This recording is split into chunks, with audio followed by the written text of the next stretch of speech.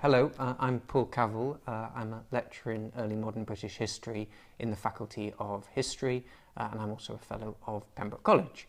I work primarily on 15th and 16th century English history, so that is the period of the Lancastrians, the Yorkists, and the Tudors. I'm particularly interested in the sort of period 1450 to 1550, and I pivot on the about 1500. The sort of history I do is not very monarchical, or at least I write a lot about the impact of royal policies and where they come from as well, so also their origins, but I'm primarily a historian of government and law and administration.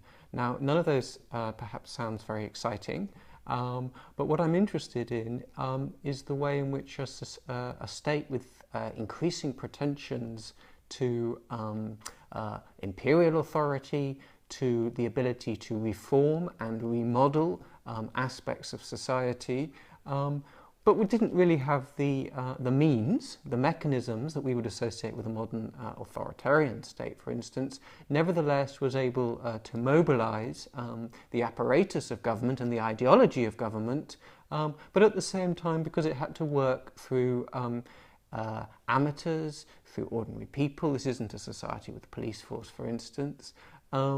Therefore also in some ways compromised, and the way in which so-called ordinary people engaged with, cooperated with, maybe even collaborated with some aspects of government policy, but also resisted, subverted, ignored some of the major policies in this period.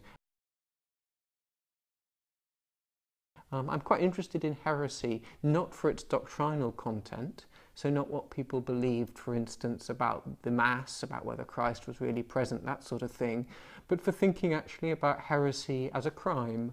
I think crime has often been studied by social historians, but it's a very good way of taking legal and constitutional history and actually giving it some real people, populating questions of jurisdiction and law. Everyone agreed heresy was a bad thing. It's a word that's universally pejorative. It still is. To call something heresy tells you that you don't like, tells you that the speaker doesn't like it. But I'm interested in how people at this period thought heresy was kin to crimes such as murder, felony, treason, so some things that we might think of as quite distinct. It's an interest of mine, trying to understand how people could both be very hostile to heresy and yet perhaps also critical of the way in which the Church, as they would have seen it, used the allegation of heresy to suppress legitimate criticism. So one of the features of my work is indifference to, if not rejection of, the idea that if we only understand the mind of a monarch, we can somehow explain policy in this period.